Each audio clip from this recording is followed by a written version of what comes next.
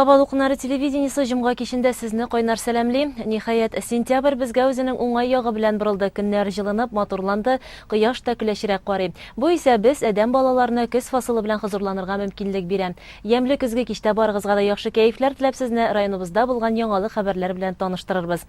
Эфирда Атна информацион программасы. Бүген 15 сентябрь, җомга көн. Студиядә Гөлназ Гатауллина. Менә нинди темалар турында сөйләячәкбез.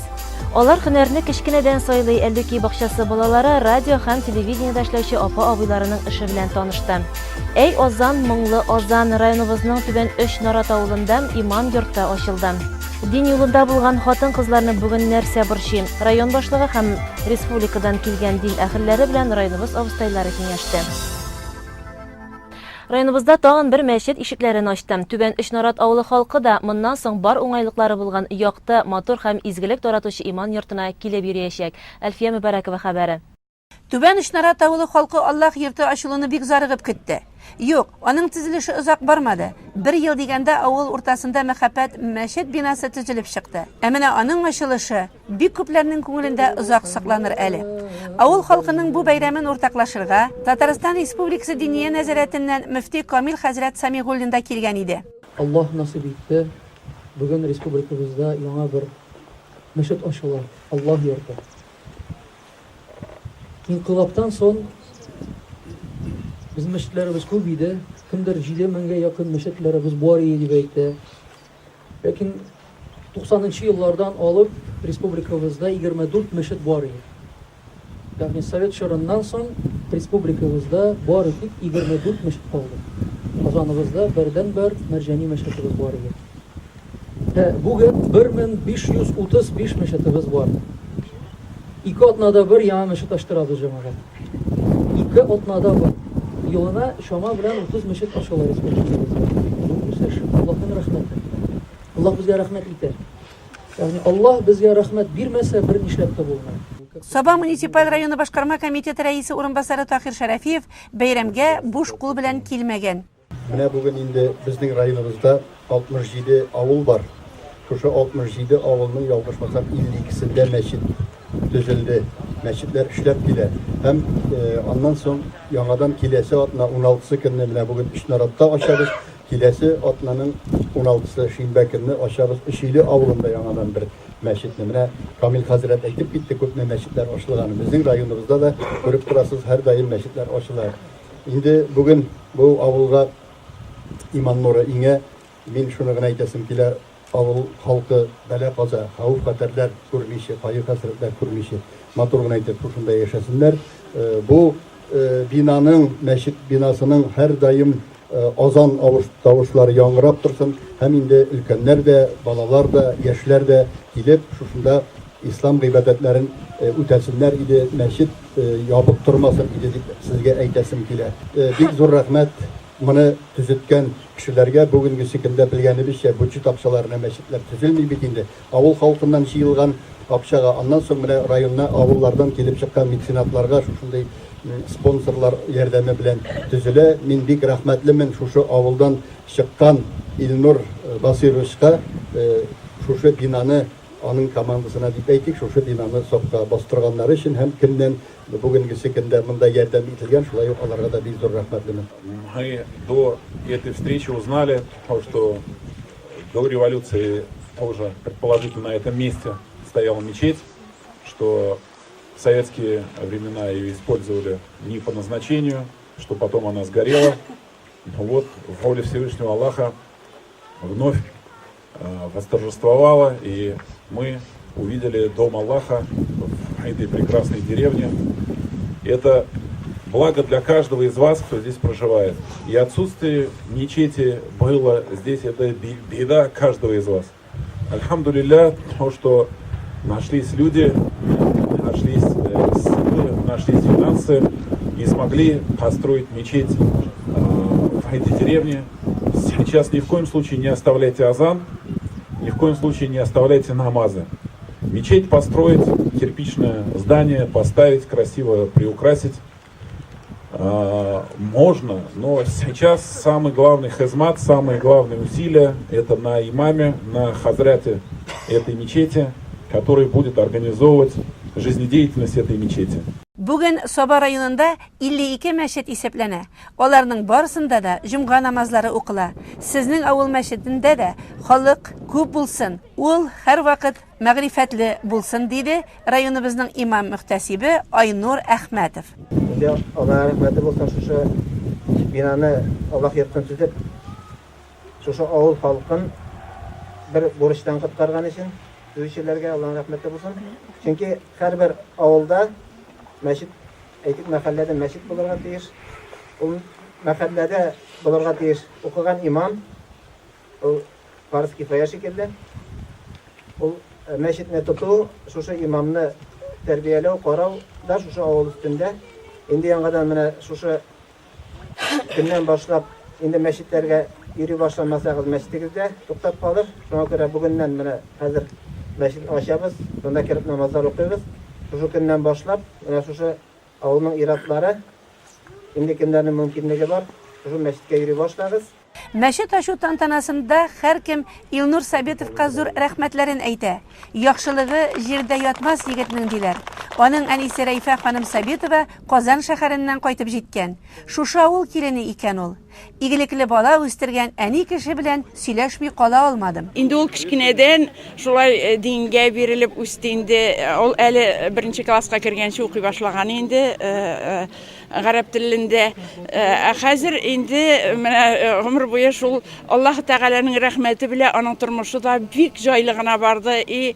Диндә булгач инде ул аракы шу, тәмәке тарту яклары да бүтән юнсез юлга басуларда, начар эшләр эшләүләрдә булмый. Шунлыктан бик мин аның өчен бер вакытта да кайгырмадым инде.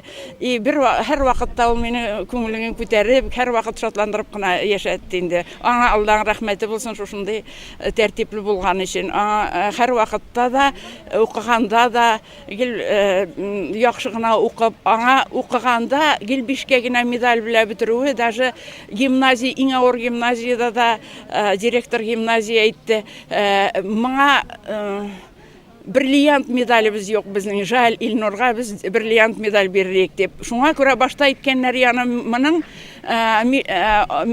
мәшәкать тудырмас микән диндә булуы дип. Ул наоборот гел ярдәм итеп торды. Аллаһ Тәгалә аның эшләрен уңайтып торды. Аллаһка шөкер.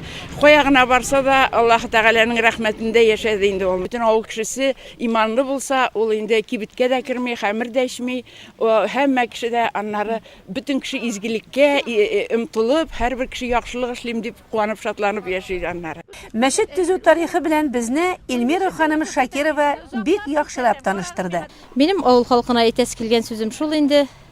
Моңа инде башта теге ашлар, Коръән ашларында кузгата башлагач, башта ышанып та бетмәүчеләр булды инде.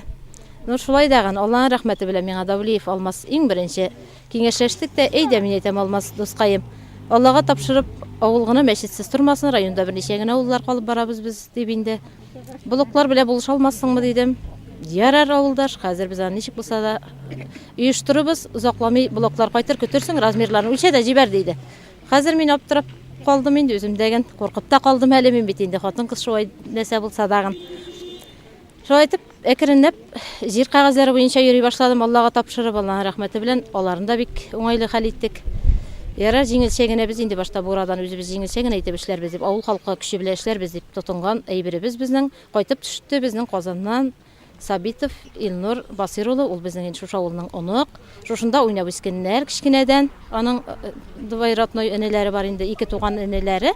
Шулар белән уйнап үскәннәр, һәм алар күрәләр, монда авылда мәчет юк. Бәләкәй чакта буларның күңелләренә иман нуры сиңгән булу сәбәпле, булар инде шул ничек булса да без үскәч бу авылны мәчетле итәбез дигән уй коралар. Булар миңа шул кайткач әйттеләр бу хәбәрне, шулай дип инде.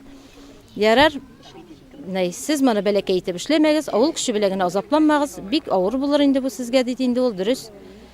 Уйлап карадым да үзем дәгән, мин әйтәм, ярдәм итәлсәгез, Аллаһның рәхмәте булыр иде, бик зур рәхмәт әйтерлек, мин әйтәм, авыл халкы белән дәгән, бик әйбәт булыр иде дидем дә, мин моның участокны да зурайттырып, Аллага тапшырып, без моны 11,5-га 9 иттереп эшләргә дип фундаментка керештек. Алып кайткан фундамент блоклары бар, цементларны юнәттек. Мөхәммәд Синзифарович чаптырып кына тиз-тиз генә цементлар белән обеспечить итте. Һәрбер авыл халкы йөгерешеп килделәр мин әйтүгә. Алланың рәхмәте булсын һәр барчасына дагы. Шулай иттереп инде фундаментлар куелды. Шулай дигәч тә күңеле шаммай, кирпечләрен нишәтербез икән дип. Илнур әкренәп кисәкли акчалар кайтара башлады. Безгә Аллаһның рәхмәте булсын. Бик зур рәхмәтлебез аңа. Кирпечләр кайтты. Фундаменттан соң бик тиз арада без моны җиң сызганып эшләп барыбыз да бүтән авылның да көче керде. Аллаһның рәхмәте булсын. Һәр барчаларына дагын исән сау, кайгы хәсрәтсез яшәргә ясын барыбызга да. Менә бүгенге көндә шушындый матур мәхәббәт бинаны без җитештереп ирештердек. Безнең бүгенге көндә шундый зур шатлыгыбыз бар. Авылыбызда мәчет төзелде, мәчет ачылды. Без аңа бик шатбыз. Аның башлап җөрүчесе Илмира булды. Илмирага бик зур рәхмәт авыл халкы исеменнән. Бик зур тырышлык күрсәтте. Шыгымнарны күтәрүче Илнур әфәндегә бик зур рәхмәтлебез. Инде алдагы көннәрдә дә шушы мәчетләргә җиреп, дугалар укып, намазларга басып, һәммәбезгә дә насип булсын. Илнурның да анардан дугам иткән әрвахлары шатланып, риза булып жатсыннар, безгә хәер дугаларын бирсеннәр. Ир-егетләр намаз укыган арада хатын-кызлар белән сөйләшеп алырга да җай чыкты. Һәркем үзенең күңелендәгесен әйтеп калырга тырышты. Монда без бик шатланып килдек, бу зур бәйрәм. Һәр барчабызга бу минем кайнанамның туган авылы. Аның сеңлесенең оныгы бу мәчетне әлхәмдулиллах төзеп чыкты. 7 ел элек ашка килгәндә ул шушы фикерен әйткән иде, шушы ниятен, шундый ниятем бар, мәчет салырга дип. Һәм ул вакытта инде без анда да бик сөенгән идек. Амин, я Рабби, Аллаһым үзе ярдәмен салсын дип теләдек. Һәм ниһаят менә бу 7 елдан соң шушы мәчет калкып чыкты. Шуңа без бик сөенеп, бик шатланып бу бәйрәмгә килдек. Инде авыл халкы дингә килеп, һәммәсе шушы мәчетләргә йөреп, гамәл гыйбадәтләр кылып, Аллаһ ризалыгы өчен һәр барчасы гыйбадәт кылып яшәсеннәр иде.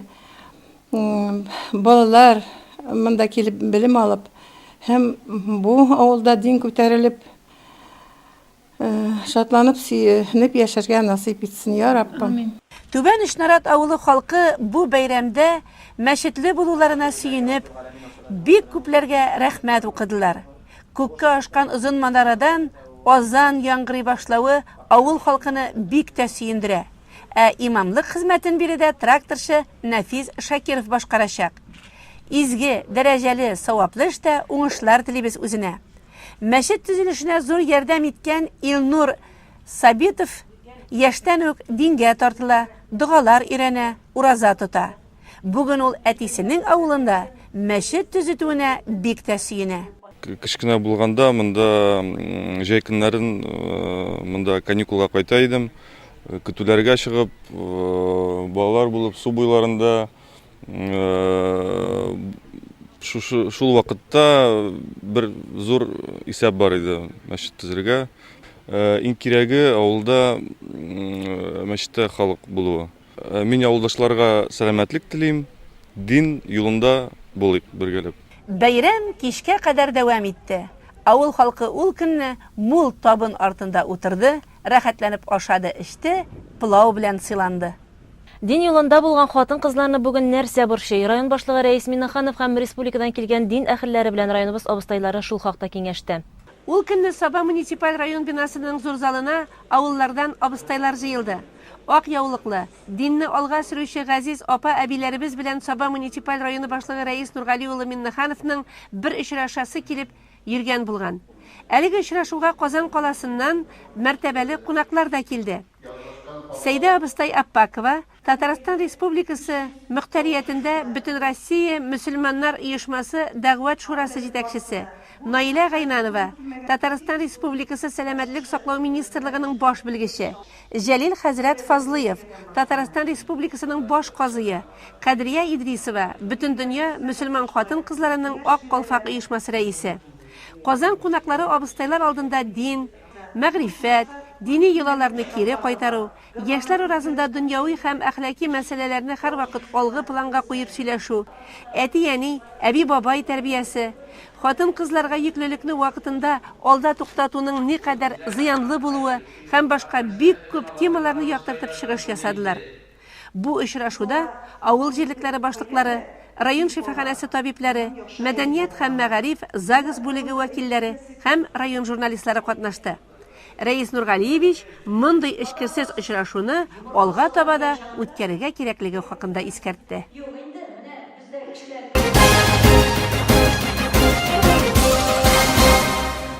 Сез адна информацион программасын карыйсыз. Дөньядагы һәрбер һөнәр дә кирәкле һәм кызыклы. Һәр һөнәрнең мавыктыргыч яклары, авырлыклары да бар.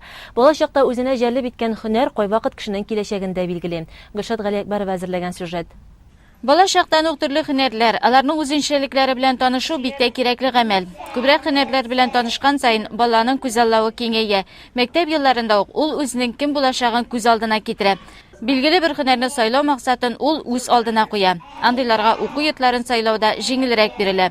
Бойлар сабасының Әллүки балалар бакчасында быел мәктәпкә хәзерлек төркеменә йөрүче балалар өчен яшь журналист түгәрәге дә ачканнар. Иң беренче итеп алар Саба дулкыннары телерадио компаниясына килеп журналист һөнәре белән танышырга булганнар.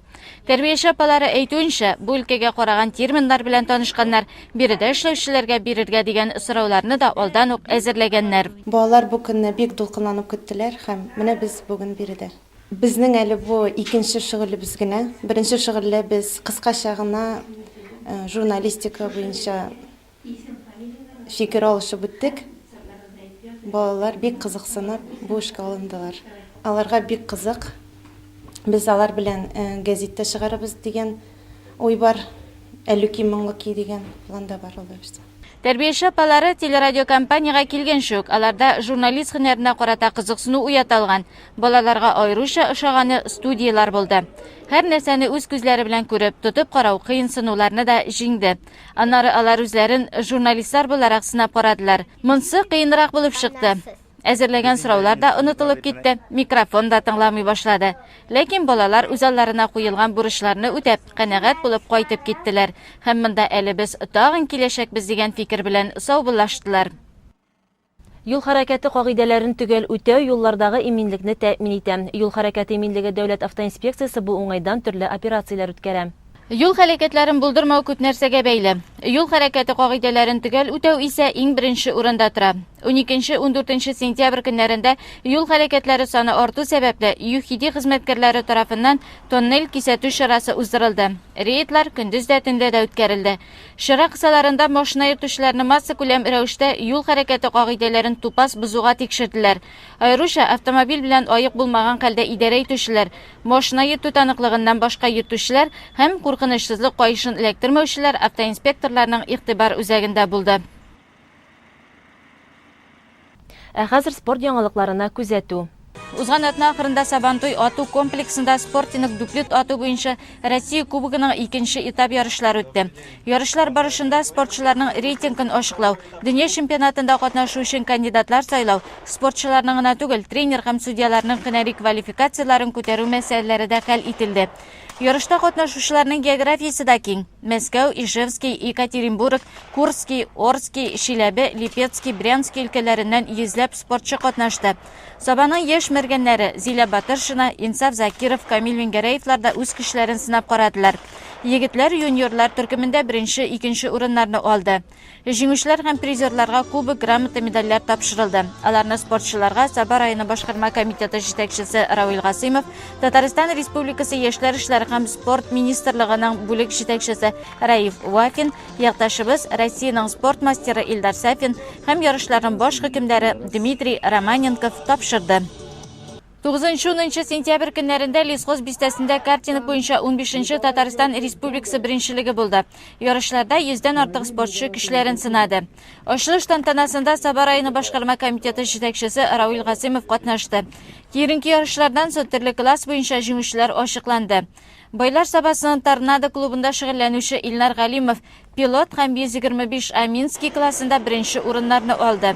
Әлфис Мөхәммәтгалиев исә 125 Аминский классында икенче урынны яулады. Yarış neticelerine kelsek, 3. orunda Baylar Sabasının Tornado, 2-de Yarışalının Kamaz Master Junior, 1. orunda ise Sarman rayonunun Yalqın komandası. Jüngüşlərə medal, diplom, oqşılata biləklər, həm lesxozдағы ırlıqçılıq seleksiya üzəgi əzirləgən üsentilər tapşırıldı. Хәзер сез реклама карый алырсыз, аннан соң җырлы бүләк тапшыруында кабат очрашырбыз. Адна информацион программасы шушының белән тәмам. Күңелле кичләр телибез.